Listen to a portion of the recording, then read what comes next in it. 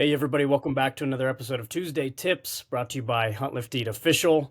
I'm Carter and I'm here with two HLE team members from various parts of the country. We got an old standby here. We got Jack Rasmussen making a comeback on the podcast. How are you, sir?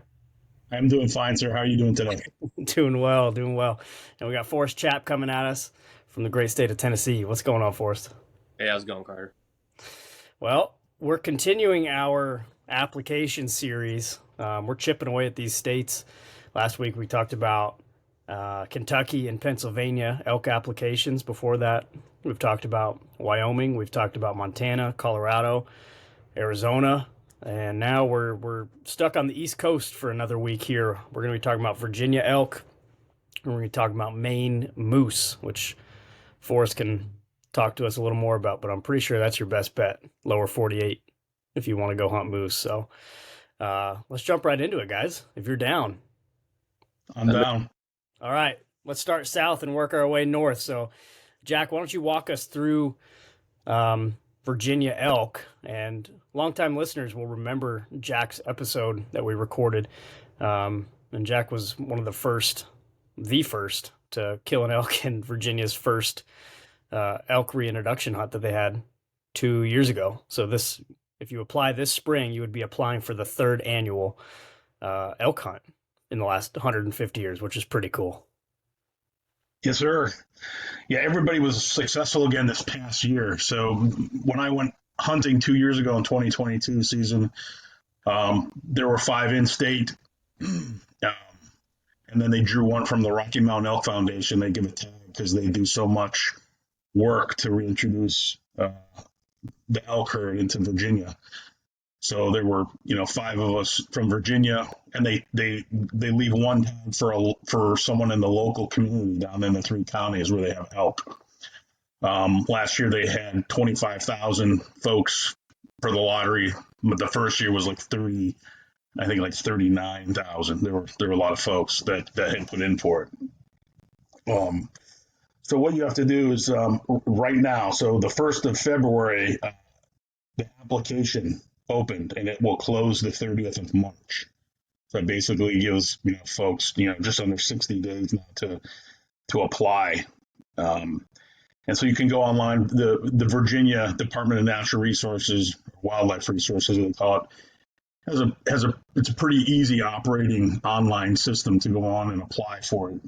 It's for in-state folks, it's a non-refundable $15 application, and for out-of-state, it's a $20 application fee, and that's non-refundable.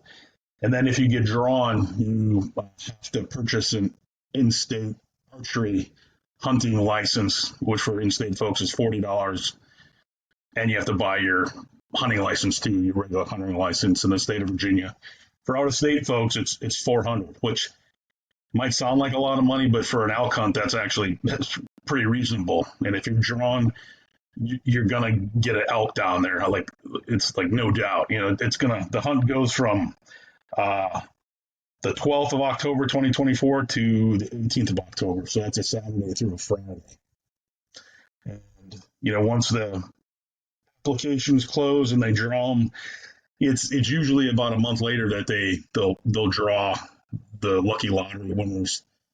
Like last year, they got up with me and the state actually sent out a videographer and a producer to video me congratulating the second place lottery winner. So they're really trying to make an effort to pull out all the stops to make these elk hunters all feel wanted. And this whole thing isn't population control, but to give another recreational hunting opportunity for this state. That's outstanding.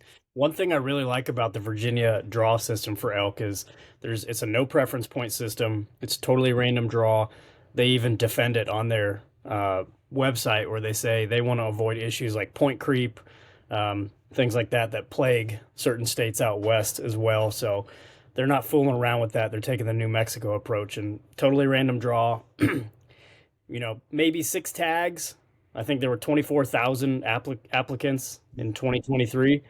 So, I mean, your odds are not amazing, but you can't win if you don't play. So for $20, you might as well put in. Yeah, exactly. Like I said, when they called me, I was like dumbfounded because I put in for a lot of the other special hunts in the state of Virginia, and even if I don't win, I'm like, okay, my money's going to the right place because it's helping other hunters out in the state.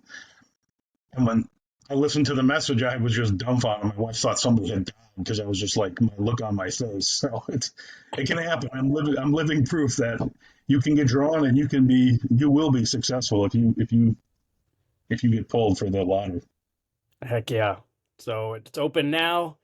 You got till March 30th. I'm going to get mine in for sure. Why not? Yeah. I mean, I put in for the. I know we're going to be talking about later on for the Maine Moose, and I put in for that too because I'm like, man, if I went and get that I could feed a couple families. That's yeah, no kidding, dude.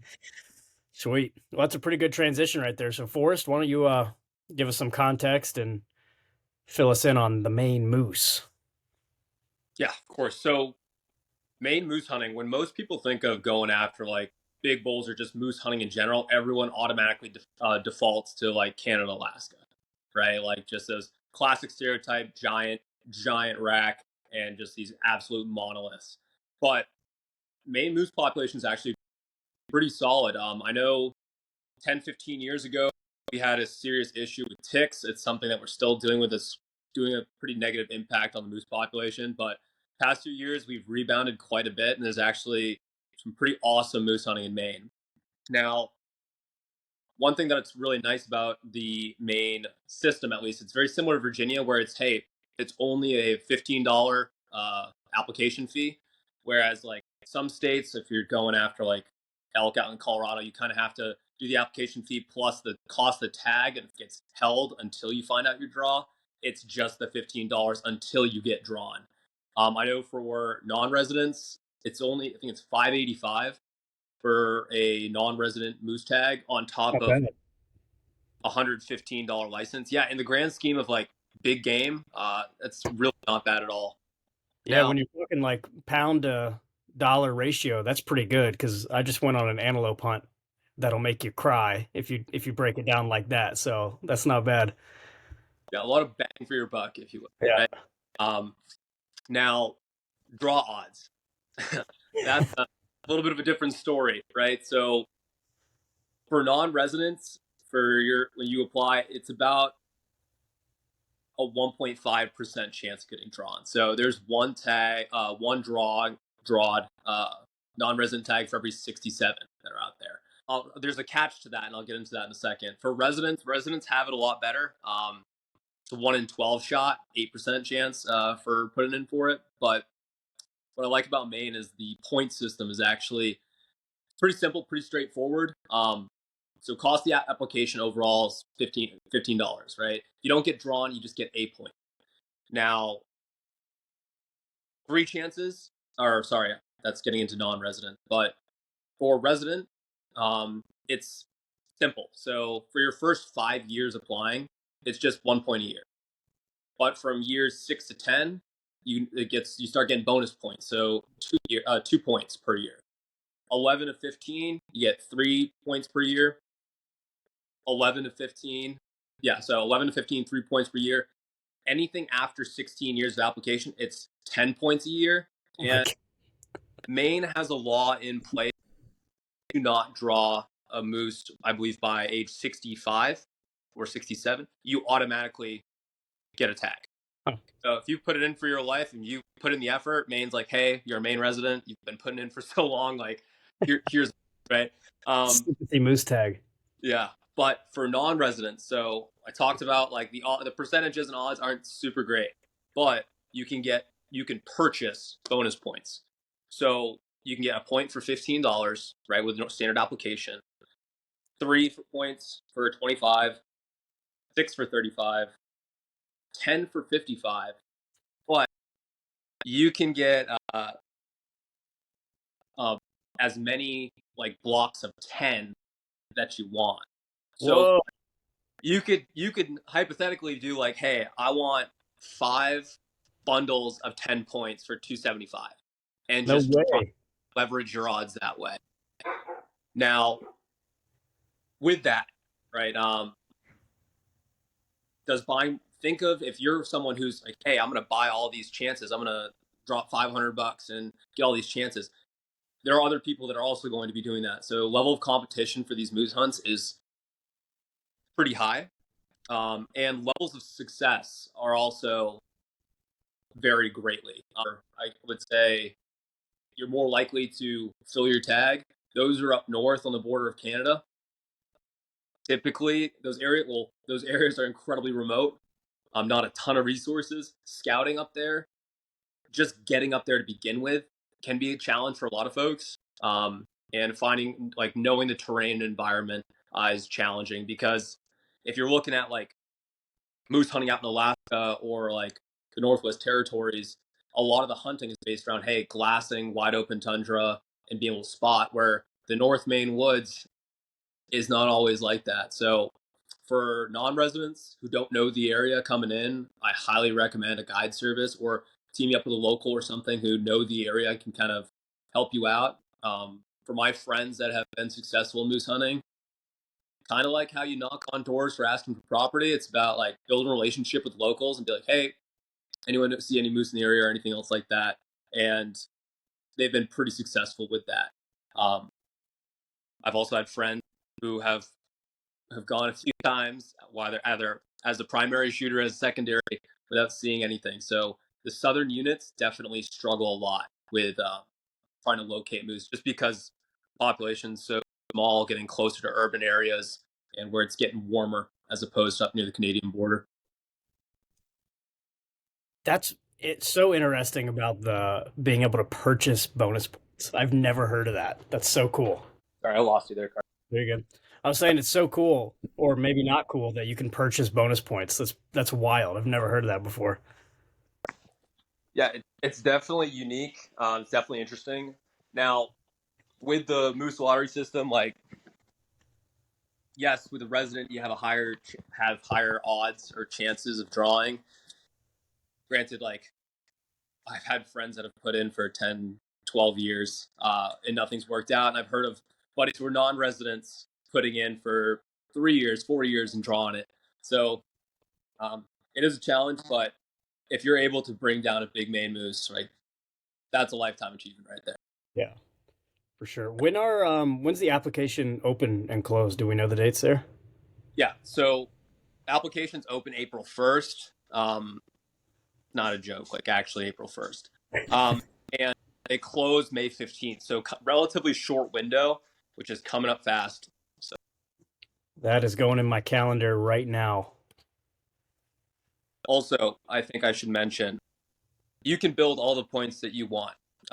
If you miss a year, you lose those points. Whoa! So if you don't apply for a year, you're zero. I believe it's 1 or 2 years. I want to say it's a year, but if you have accrued 20 points, Yeah. 30, and if you miss a year or two, you can lose all those points. So setting a reminder in your calendar to make sure that you're staying on top of that is pretty important as well. That's how you get that buyer loyalty right there. That you do. Hell yeah. That's awesome. Well, that's sweet. I just added 2 more states to the litany of states that I apply to. I'm going to get those applications in. I'm going to put Virginia in today, and I'm setting a reminder for Maine. And Yeah, I I'll just put see it you in my both phone there. right now. Yeah. Jack, we're both going to draw, and then we're going to go hunt together. Oh, that would be amazing. That would be a riot. We'll have Forrest guide us. Stumbling around the Allagash. Yeah. Yeah. One thing too about moose is, like, you can have, I believe, up to 2 secondary shooters with you. So if you're unable to shoot, you can have somebody else with you to shoot as well. So I've heard of, like, guys with families, like, not able to go on hunt or not able to shoot, having somebody else able to follow through with it, which kind of takes a lot of the pressure off as well, having other people. But if you're going to go for a Maine moose hunt up north, I encourage, it's not the law of the land per se, but moose hunting solo and dropping a moose in the backcountry by yourself, that's not advisable. Right?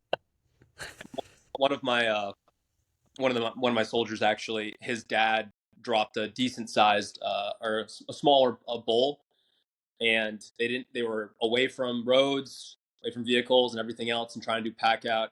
And I think it took them 14 hours because it was just them two. And he described using a climbing rope and doing 3-to-1 pulley system over and over over this rough terrain, trying to drag this thing out. Before they were able to get people to drive an hour and a half to meet them to help them pack it out. The key is to have the state fish and game come help you, right, Jack?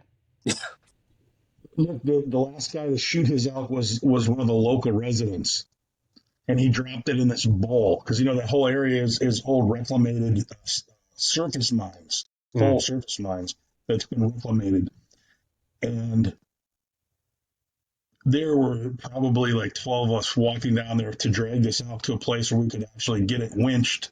Because, like I said, they wanted to. And I'm not a small person, as you remember, Carter. And there were a bunch of us trying to drag this thing out with all its guts to a place where we could finally get the winch and then a strap and another strap and then a rope to make it like 100 yards of system that we could pull it and get it up to the truck. That's wild. Absolutely wild. Well, when we all draw these tags this fall, we'll have some more stories to add to the book there, so that'll be good. Hell yeah. Well, I appreciate it, guys. Listeners, hopefully these are helpful. Let us know what states you want to hear from next. And Jack and Forrest, let's get another podcast recorded sometime soon.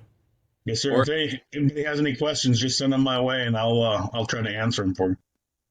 Absolutely. And if you draw for Virginia or Maine, definitely hit these guys up. They will be happy to help you out. So, listeners, as always, we appreciate the hell out of you guys.